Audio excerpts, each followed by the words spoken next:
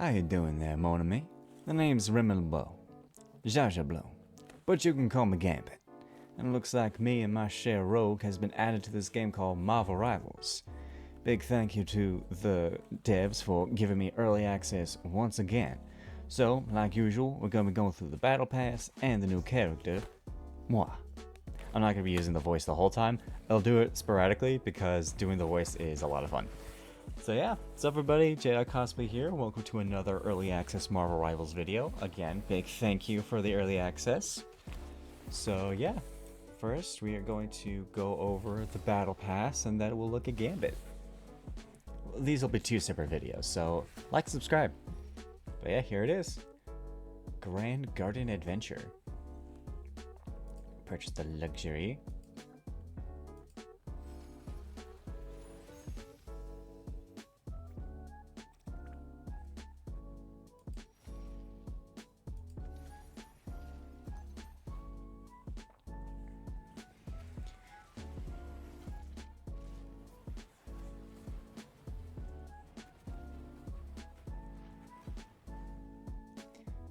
Alright, so first up we've got Namor, the monster. Let me move my camera up.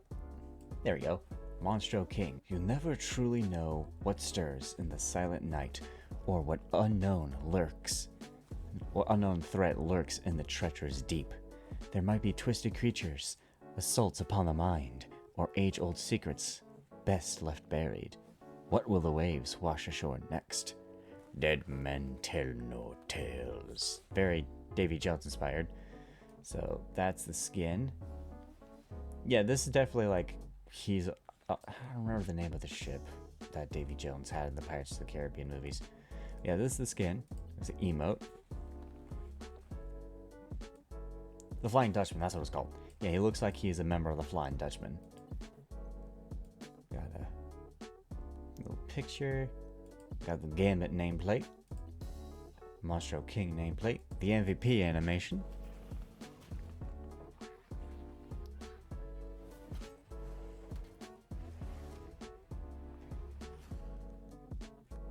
Fire.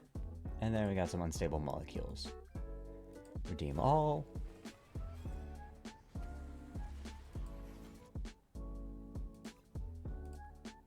Next page. Big Buddy. I am Groot.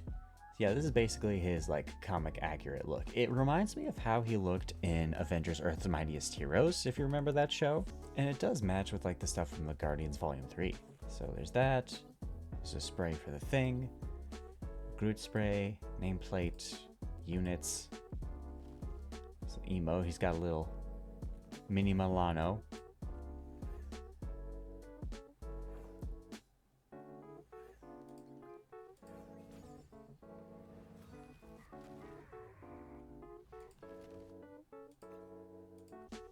Now we've got Frankencastle. I saved your life, Frank Castle. Make good. Help us. What did you say? What do you say? I say good luck. From Punisher 2009, number 11. Got Frankencastle spray.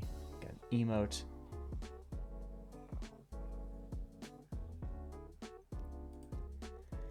Frankencastle nameplate. Unstable molecules, units, and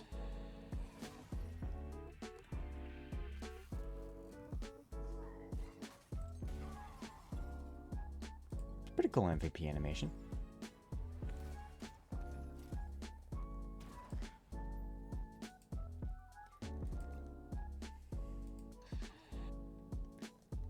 Blue Thing. What if the thing was blue? First appearing in What If 1997 number 34. Or as I like to call this, crystal meth. Yeah, a lot of jokes have been made. It's just blue rocks.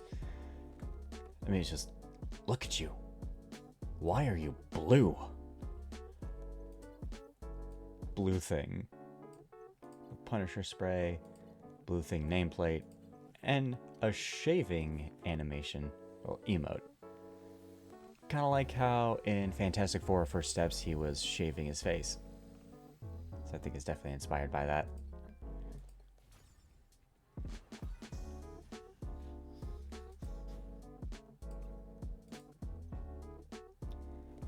Then we've got Midnight Suspense. I've heard enough. The time has finally come for the Black Widow to live again. So this is Black Widow's first appearance suit, which is really cool because it's such a vastly different design than what we see from her now.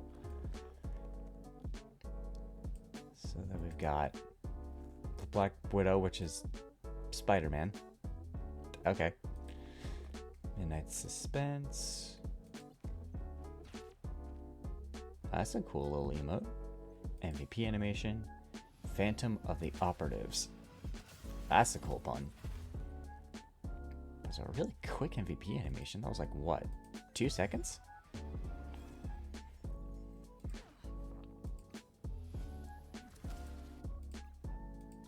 Alright, halfway through. Grand Games. Love is a Battlefield #1.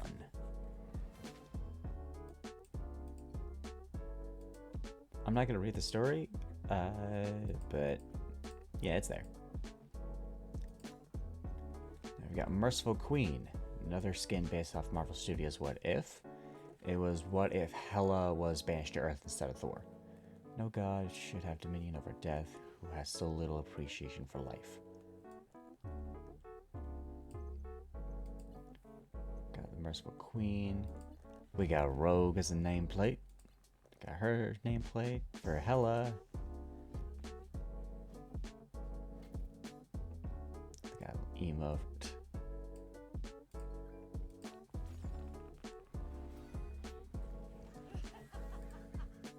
It's not a bad design, but meh. I didn't really care for the What If show. It was kind of boring for me. Then Odin's beautiful daughter. The tiger god is no mere omen. It prowls the eons and stripes of the shimmering white. A true king who rules with mercy will call it forth, for the beast honors those who know true power requires restraint. The first thing humanity feared, its cries whipped the air and whips the wind. And when it needed a champion, the one-winged angel became the perfect weapon. So yeah, this is supposed to be from last season. She looks like a furry. Like, head to toe, she is just a furry. It's a pretty good design, I will say. I find it weird that we waited until this long to get something that was announced from last season. And the thing about this and the last Battle Pass is, like, they're not really themed. I mean, I guess the theme could be the Collector's Collection, but I don't know.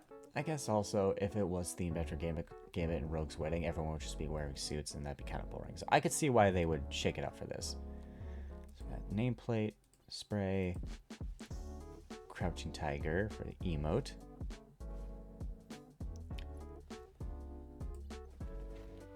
The MVP animation.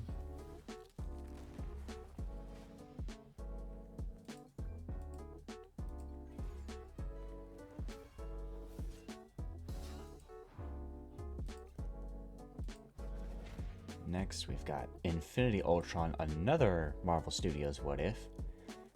I'm going to bring about peace in our time to every corner of the universe. Yeah, this is definitely a fire design. So we've got...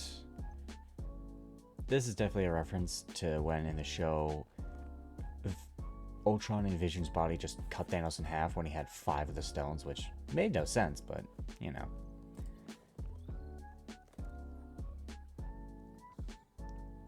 Emote of him destroying the Earth. Nameplate, MVP animation, Eternal Peace Protocol. Another quick one. That one was like 3 seconds.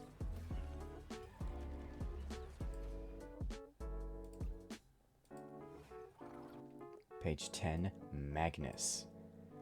There's always a price to pay for everything.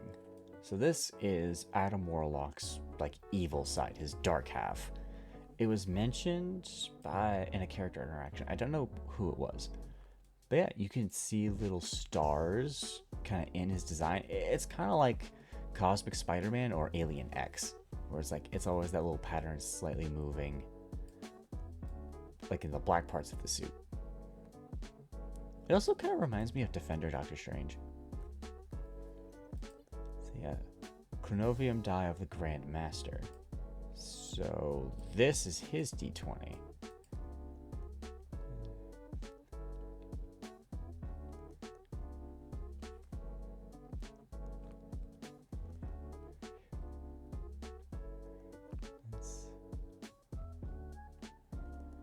Okay, so apparently this thing, it like gives the perfect roll every time. So it's Magnus Spray, nameplate, emote, Brilliance Beckons. Okay, so it looks like it switches between Magnus and Adam Warlock? Or does it start as Adam and then it just shifts to Magnus?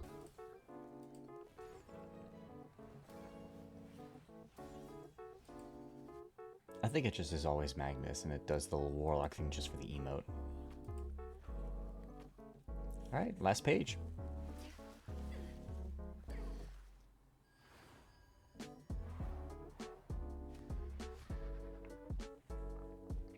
We've got Classic Scarlet Witch, Witch of the Evil Eye. There's no defense against the Scarlet Witch's hex. First appearing in Uncanny X-Men 1963, number 4. So yeah, this is her classic design. I like the twin cape. It's solid. Solid look. Petals of Promise.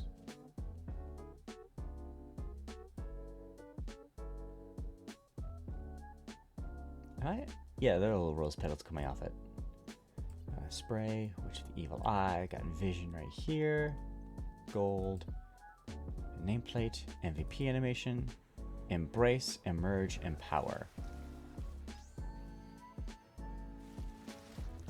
Accepting all the forms within a right, every witch must learn. This was my lesson, and I pass with flying colors.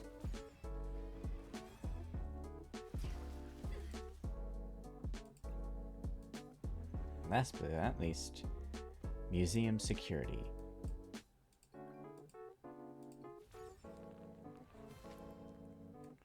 So yeah, apparently this is supposed to be Deadpool, and this is supposed to be... I can't remember her name at the moment, but apparently these might be the next two characters coming up. I don't know. So yeah. So that was the Battle Pass. I would give it a 7 out of 10. I think because there's a lot of unique designs, but I think the one thing holding it back is that there's not really a distinct theme. Like, I like it when Battle Passes have a theme. Like, for Season 3, it was Symbiotes and the Phoenix. Season 2 was the Hellfire Gala. Season 1, it was vampires, so everything had, like, a Van Helsing vibe. But here, it's just kind of random. But it's the Grand Master who's, like, collecting things across the universe, so it kind of makes sense. That's why it's a 7 and not a 6. So yeah, that is the Season 5 Battle Pass for Marvel Rivals. If you enjoyed this video, be sure to let me know in the comments down below, and I will see you in the next video where I will be breaking down the character of Rimmel LeBeau, but you can call him Gambit. Peace out, Shay.